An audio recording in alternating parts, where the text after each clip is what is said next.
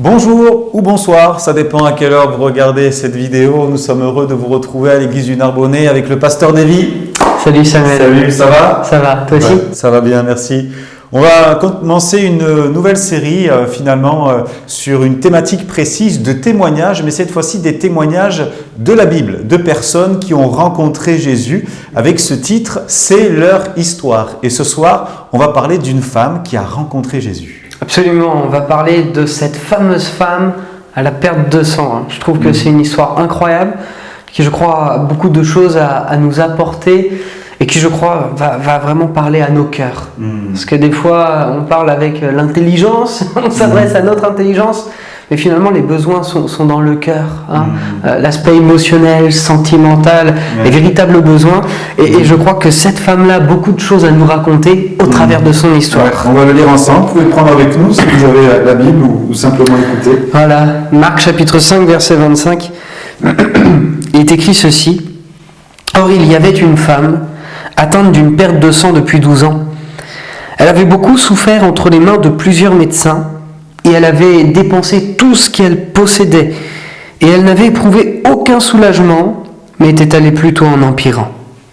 Ayant entendu parler de Jésus, elle vint dans la foule par derrière et toucha son vêtement, car elle disait, si je puis seulement toucher le bord de son vêtement, je serai guérie.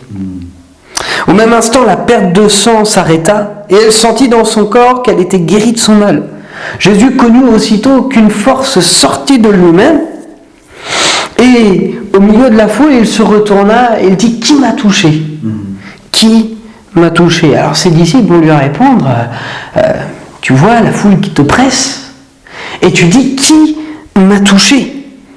Il regardait autour de lui pour voir celle qui avait fait cela. La femme, effrayée et tremblante, sachant ce qui s'était passé en elle, vint se jeter à ses pieds et lui dit toute la vérité.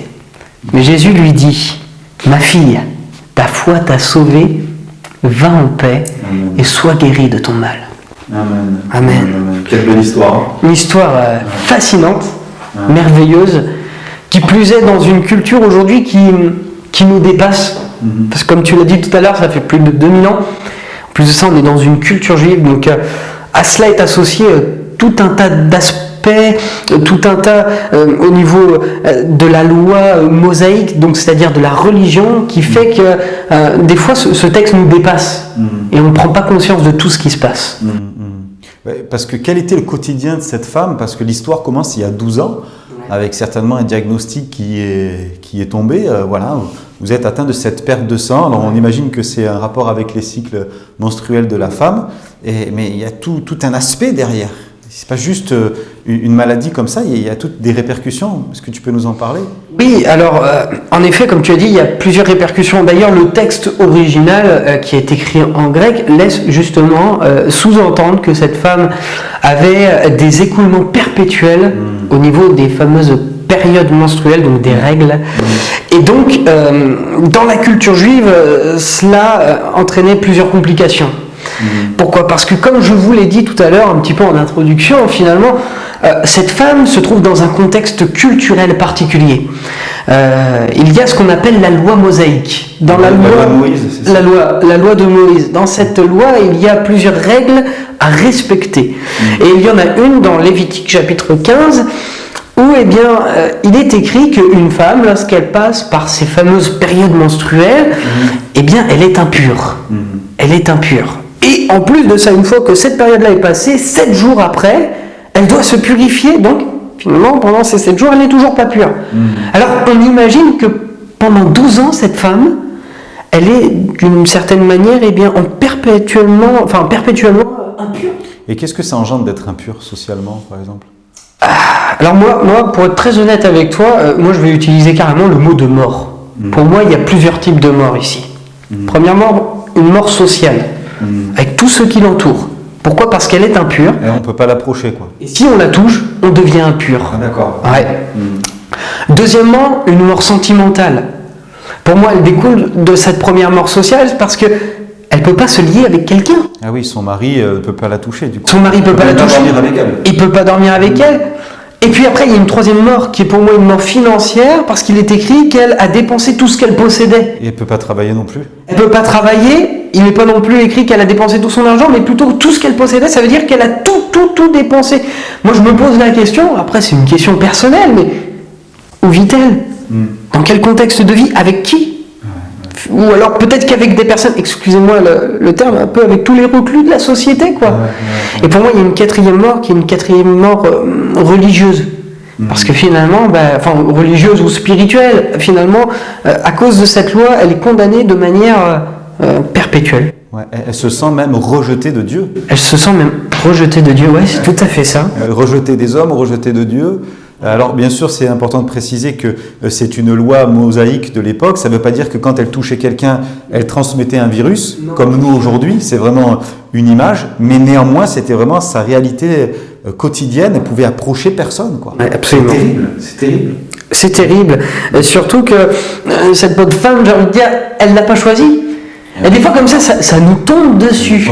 Ça nous tombe dessus. Mais moi, où je suis heureux, c'est qu'elle va quand même, au bout d'un moment, après tant d'années, trouver une solution. D'ailleurs, c'est pas une solution, c'est la solution. C'est Jésus. Jésus. Et cette histoire de cette femme qui vend tout ce qu'elle possède, c'est pas juste son épargne. Elle vend peut-être sa maison, elle vend des habits, elle vend tout ce qu'elle possède. Elle est au bout d'elle-même. Elle a tout essayé et rien ne marche. Et je me faisais la réflexion que c'est un petit peu comme ça aussi pour nous parfois. Parce qu'on est humain, on se tourne vers l'homme, on se tourne vers les médecins. Je ne sais pas vous en êtes de votre relation avec Jésus, mais quand on fait cette rencontre spirituelle, on sait qu'il n'y a pas que l'homme. Il y a Dieu qui est là. Et même parfois, nous, en tant que chrétiens, une fois qu'on a épuisé toutes nos ressources, tout ce qu'on peut essayer, parfois on attend la fin pour se tourner vers Jésus. Et on voit que Dieu utilise aussi ce moyen bien souvent, qu'on puisse essayer tout ce qu'on peut, et une fois que rien ne marche, et quelque part il est là, il nous attend, voilà, tu as tout essayé, maintenant viens vers moi. Et c'est ce que cette femme a vécu. C'est ça. Et des fois, on est obligé de tourner en rond pendant des années. Au bout d'un moment, on vient trouver la solution. Et je pense des fois qu'il faut tout simplement être simple. Moi, pour moi, cette femme, c'est un exemple de simplicité. Parce que finalement, elle va croire tout simplement que Jésus est capable d'intervenir dans sa vie. Et puis finalement, elle va pas, excusez-moi le terme, elle va pas tortiller, mais elle va y aller. Alors moi, je sais pas dans quelle situation vous êtes. Et comme j'ai pu parler de mort, vous êtes peut-être confronté au même type de mort. Je ne sais pas face à quoi vous pouvez être confronté. Tout à l'heure, on a parlé de mort sentimentale. Je ne sais pas, mais vous pouvez y être confronté. On a parlé de mort sociale. Je ne sais pas, mais vous pouvez y être confronté. On a parlé de mort financière. Qui plus est, dans les conditions actuelles dans lesquelles on vit, finalement on se rend compte que ce livre qui a plus de 2000 ans a beaucoup de choses à nous dire encore pour nous aujourd'hui. Et je ne sais pas ce que vous traversez, mais finalement cette femme, elle va s'approcher d'une personne, et ce n'est pas n'importe qui, elle va s'approcher de Jésus, et elle va rentrer en contact avec lui, et ça va être ce qui va... alors moi c'est des termes forts que j'utilise, mais c'est ce qui va bouleverser son existence. Il y a comme une résurrection. Comme une résurrection, ça je pense, on va prendre le temps d'en parler tout à l'heure, mais ça a bouleversé son existence. Amen. Et tu me partageais que c'est vrai que cette femme, tu as utilisé un mot tout à l'heure, quand on méditait aussi ce passage, c'est le mot audace. Oui, c'est vrai, absolument. C'est une femme pour moi qui est audacieuse, parce que finalement, quand on se rend compte dans le contexte dans lequel elle vit, donc si elle est impure et qu'elle rend les autres impurs, comme on en parlait tout à l'heure, eh bien ça veut dire que cette femme va avoir l'audace d'aller dans la foule. Ça veut dire que, on l'a vu tout à l'heure, la foule est en train de presser Jésus. Donc tout le monde est autour de Jésus, tout le monde est là en train d'essayer de l'écouter, qu'est-ce qu'il va nous apporter, etc. Et puis cette femme, elle se dit c'est la solution, mais pour y aller, il faut que je traverse la foule.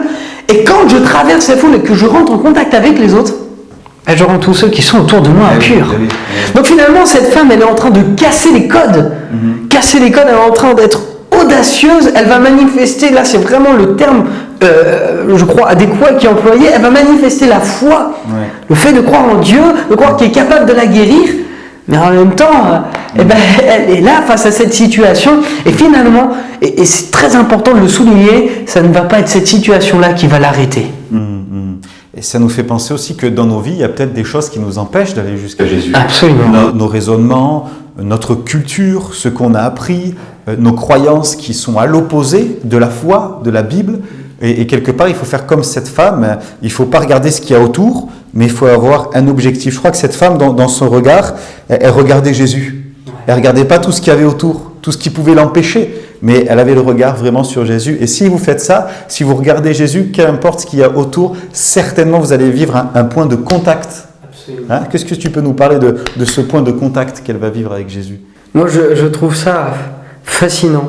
Parce que finalement, ça va être à partir d'un simple geste et que finalement, toute son existence va être bouleversée. Moi, c'est un terme que j'aime parce que généralement, quand on parle d'être bouleversé, c'est généralement passer d'un état lambda à un autre état. Et finalement, cette femme, elle va se dire en elle-même, on reprend le texte, si je puis seulement toucher son vêtement, je vais être guéri. Donc, cette femme, elle a un objectif, c'est le toucher. Et à partir du moment où elle va toucher, il y a comme une alchimie, une connexion divine qui va se produire. Et le texte est très clair. Il nous dit ceci: la perte de sang va s'arrêter et elle va sentir au-dedans d'elle qu'elle est guérie de son mal. C'est extraordinaire. Un point de contact, mais pas avec n'importe qui. Avec Jésus. Et je crois que c'est comme finalement un texte qui nous rappelle qu'on peut essayer toutes sortes de choses, qu'on peut essayer de toucher n'importe qui et n'importe quoi. On aura beau essayer de faire tout ce que l'on veut, mais tant qu'on ne touche pas Jésus, on ne va pas trouver ce qu'on a véritablement besoin de trouver. Elle a essayé tout, tu nous l'as dit tout à l'heure. Elle a tout essayé. Elle a tout essayé. Elle a tout dépensé, mais rien n'y a fait. Lorsqu'elle est rentrée en contact avec Jésus, il a suffi d'un simple instant.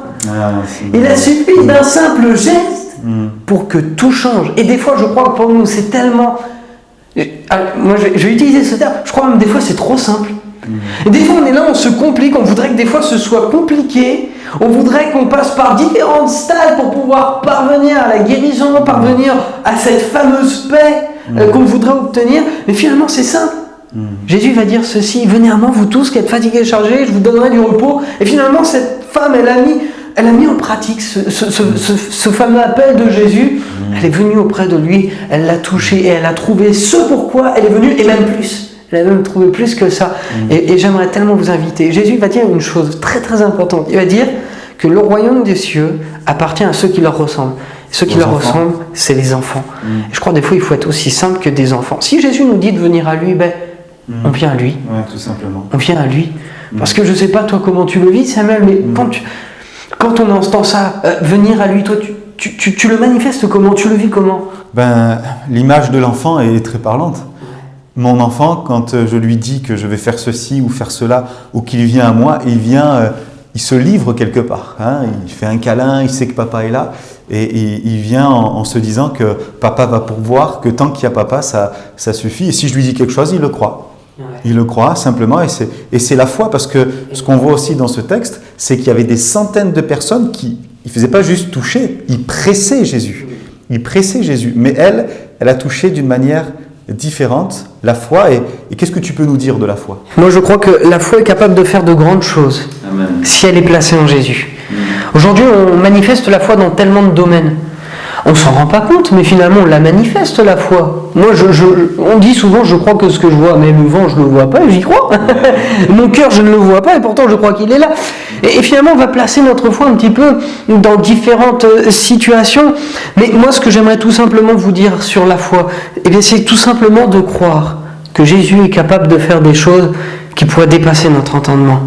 Vous avez peut-être vu cette interview qui a été faite, c'était il y a de cela une semaine, sur ce fameux accident que j'ai vécu, il y a 2 semaines, sur Anthony, qui est passé des ténèbres à la lumière. C'était vraiment le cas de le dire, il était dans l'occultisme et il a vécu une véritable résurrection dans sa vie parce qu'il a rencontré Jésus. Et je crois que la foi, c'est tout simplement de croire que Jésus est capable d'intervenir dans notre vie, capable de changer les situations de notre vie. Mais pour cela, il suffit de croire en lui. Et il nous a donné ce livre merveilleux qui est la Bible, nous on l'appelle Parole de Dieu. Pourquoi? Parce que tout simplement Dieu nous parle au travers de ce livre. C'est pas un simple livre avec des mots qui sont écrits, qui sont là pour flatter notre contentement personnel, mais c'est plutôt un livre qui est là pour nous parler de la part de Dieu. Amen. Moi j'aime cet homme qui a dit que c'est finalement une lettre de la part de Dieu. Imaginez la situation suivante.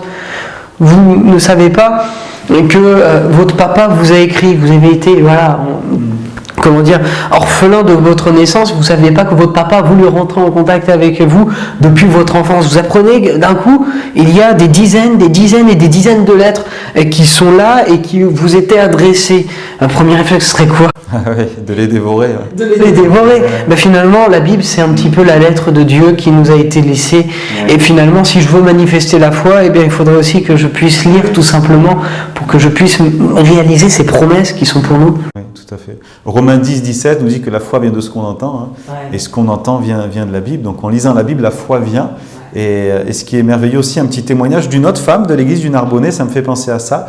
Il y a des semaines de ça, tu parlais de personnes qui avaient des problèmes pour dormir, tu donnais un exemple, et il y a une femme dans notre église qui s'appelle Josette, elle a par la foi saisi cette parole, elle dit Seigneur, si tu l'as fait pour d'autres, je vais le faire, je crois que tu veux le faire pour moi aussi. Et depuis, elle a plus pris de cachet et elle dort paisiblement. Même ses médecins sont étonnés de ça.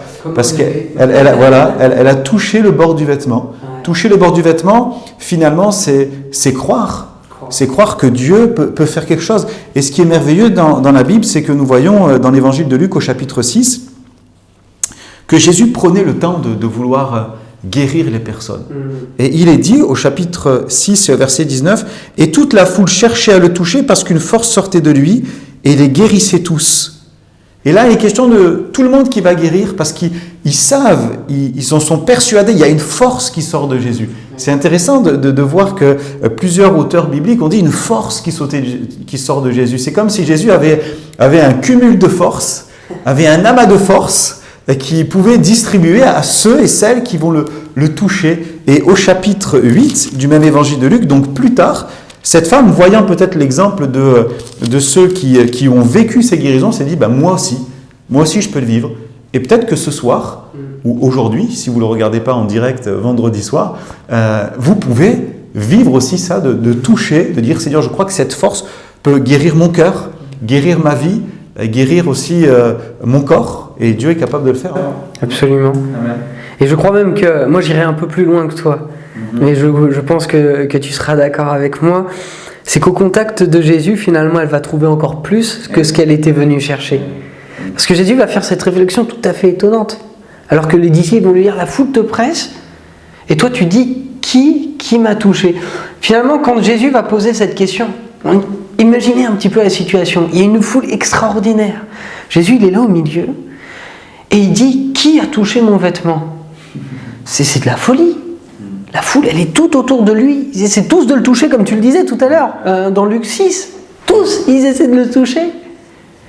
Mais en fait, là, moi, ce que je vois, c'est que Jésus, il veut rentrer en contact avec elle. Il veut parler avec elle. Il veut parler avec elle, il veut rentrer en contact avec elle.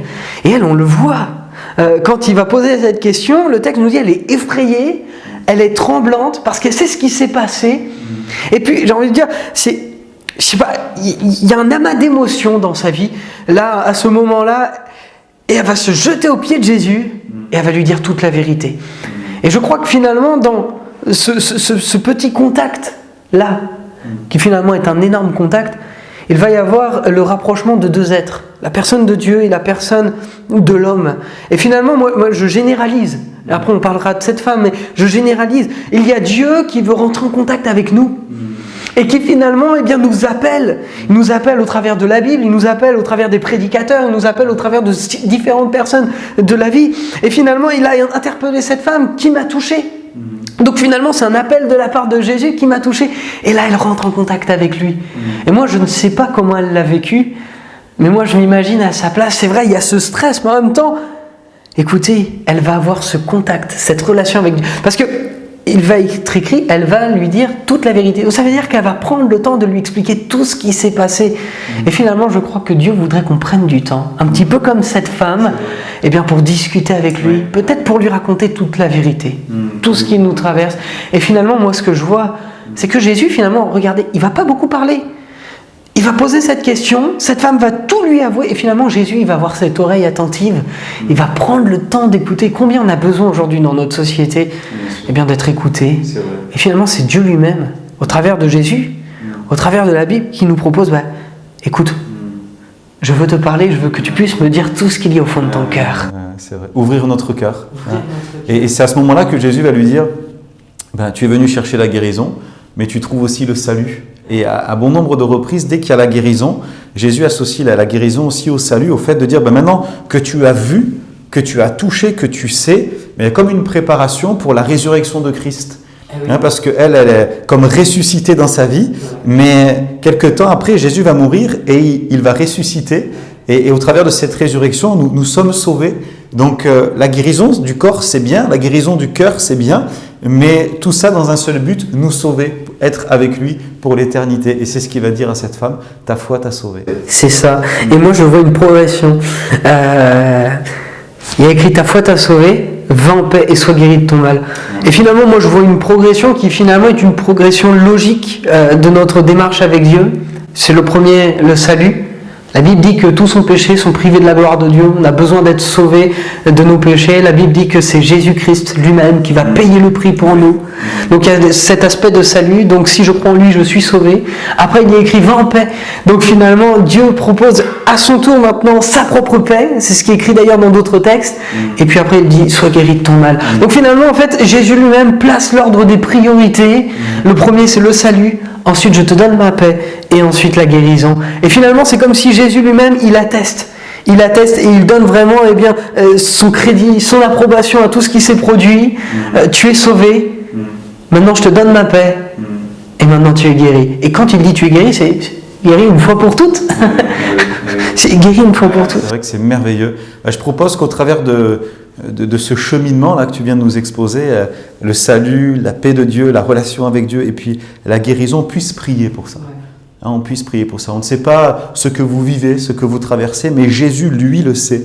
Et il a marché sur la terre des hommes pour rencontrer ses contemporains. Et aujourd'hui, il veut encore vous rencontrer. Et ça, c'est merveilleux. Est-ce que tu veux prier peut-être pour des personnes qui ont besoin de s'abandonner à Jésus, de dire Seigneur, je veux demander pardon pour mes fautes. Peut-être que vous vous sentez loin de Dieu et peut-être que c'est maintenant le moment de vous réconcilier avec Jésus, de demander pardon peut-être pour votre égarement. Peut-être que c'est même des personnes qui connaissent Jésus mais qui se sont éloignées parce que la situation a fait que Jésus ne met jamais dehors. Il n'éteint pas le lumignon qui fume, il ne brise pas le roseau cassé. Peut-être que quelqu'un a abandonné le Seigneur mais veut revenir à lui. Alors c'est possible ce soir, si vous le faites comme un enfant et comme cette femme par la foi. Est-ce que tu veux prier? Ouais, je vous invite à courber vos fronts, à fermer les yeux, tout simplement, le temps d'une prière pour rentrer dans cette relation, dans cette connexion avec Dieu.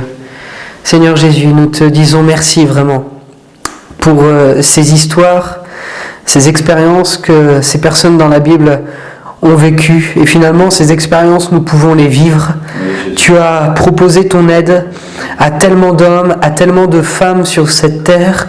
Et je crois que tu proposes encore ton aide aujourd'hui à ceux, à celles qui nous écoutent. Je crois que tu n'es pas limité à cette distance qu'il y a entre nous et les écrans. Mais je crois que là où ces personnes nous écoutent, eh bien tu es aussi. Et je veux vraiment te prier, Jésus, pour que tu puisses poser ta main sur leur vie. Tu vois les différentes situations dans leur vie qui peuvent les bousculer, les bouleverser. Je te prie vraiment, Seigneur Jésus, pour que tu puisses poser ta main. Tu vois ces différents cas de mort face à laquelle cette femme était confrontée et face à laquelle peut-être nos amis sont là confrontés. Je veux vraiment te prier, Seigneur Jésus, pour qu'il y ait une véritable résurrection dans leur vie. Moi je crois, Seigneur Jésus, quand tu as béni cette femme, tu l'as guérie, elle a vu toutes les choses d'une autre manière. Pourquoi? Parce qu'elle a été complètement transformée. Elle est vraiment passée de la mort à la vie. Seigneur Jésus, je veux vraiment te prier pour que celles qui nous écoutent là puissent vivre cette même expérience. Qu'ils puissent toucher le bord de ton vêtement, qu'ils puissent rentrer en relation, en contact avec toi. Je crois qu'au travers même de ces quelques instants que l'on peut passer ensemble, c'est toi qui les appelles. Oh Seigneur Jésus, aussi bénis-les. Et je veux vraiment te prier pour qu'ils puissent vraiment trouver leur salut en toi. Tout comme cette femme a été sauvée. Ta foi t'a sauvé. Je te prier pour que le plus grand nombre qui soit derrière leur écran soit sauvé, qu'ils puissent vivre cette paix merveilleuse et qu'ils puissent être guéris. Peut-être une guérison intérieure, peut-être une guérison physique. Je veux prier vraiment pour qu'aujourd'hui, au nom de Jésus-Christ, ils puissent trouver ce dont ils ont besoin, le besoin véritable, ce besoin qui est là au fond de leur cœur. Bénis-les au nom de Jésus. Amen. Amen. Merci Seigneur pour ces personnes qui se réconcilient avec toi. Nous voulons te prier maintenant pour peut-être des besoins d'ordre physique, Seigneur, des personnes qui sont malades, des personnes qui, comme cette femme, portent peut-être un handicap depuis des années. Tu es le Dieu qui peut tout. Seigneur, tu as redonné la vue aux aveugles, tu as donné aux sourds d'entendre, aux boiteux de marcher, aux lépreux d'être purifiés. À toi, rien n'est impossible. Amen. Seigneur, nous croyons que tu agis encore aujourd'hui et que si quelques-uns, par la foi, comme Seigneur, cette femme, alors que tu n'es pas là physiquement, mais que tu es là spirituellement et puissent, par la foi, comme saisir le bord de ton vêtement, Seigneur, et dire, je suis guéri de mon mal. Seigneur, tu vois peut-être des problèmes, Seigneur, de migraine, des problèmes de cervicales, des problèmes de digestion, des problèmes également peut-être de troubles du sommeil, Seigneur Jésus, troubles même du comportement, Seigneur, d'angoisse, qui sont là, de peur excessive, Seigneur Jésus. Tu es celui qui touche des problèmes de mobilité, de déplacement, Seigneur Jésus, des problèmes d'arthrose, Seigneur, à toi, rien n'est impossible. Tu touches, Seigneur, ce soir, et que celui ou celle qui le touche, tu puisses lui dire qu'il te soit fait selon ta foi, et que plusieurs expérimentent des guérisons instantanées ou des améliorations significatives d'un attouchement divin dans leur vie. Maintenant, Seigneur, nous te disons merci parce que tu agis encore aujourd'hui, tu es ressuscité. À toi la gloire, Seigneur Jésus. Amen. Amen, amen, amen. Amen. Amen. Dieu est bon, hein? Sa parole est merveilleuse. Hein? Ouais. Et puis, merci pour votre écoute. On se retrouve donc pour une prochaine émission et notre prochain rendez-vous, ce sera donc dimanche à 10h à l'église du Narbonnais, mardi et vendredi. Bonne soirée, Davy. À toi aussi, que Dieu vous bénisse. Bonne soirée à tous.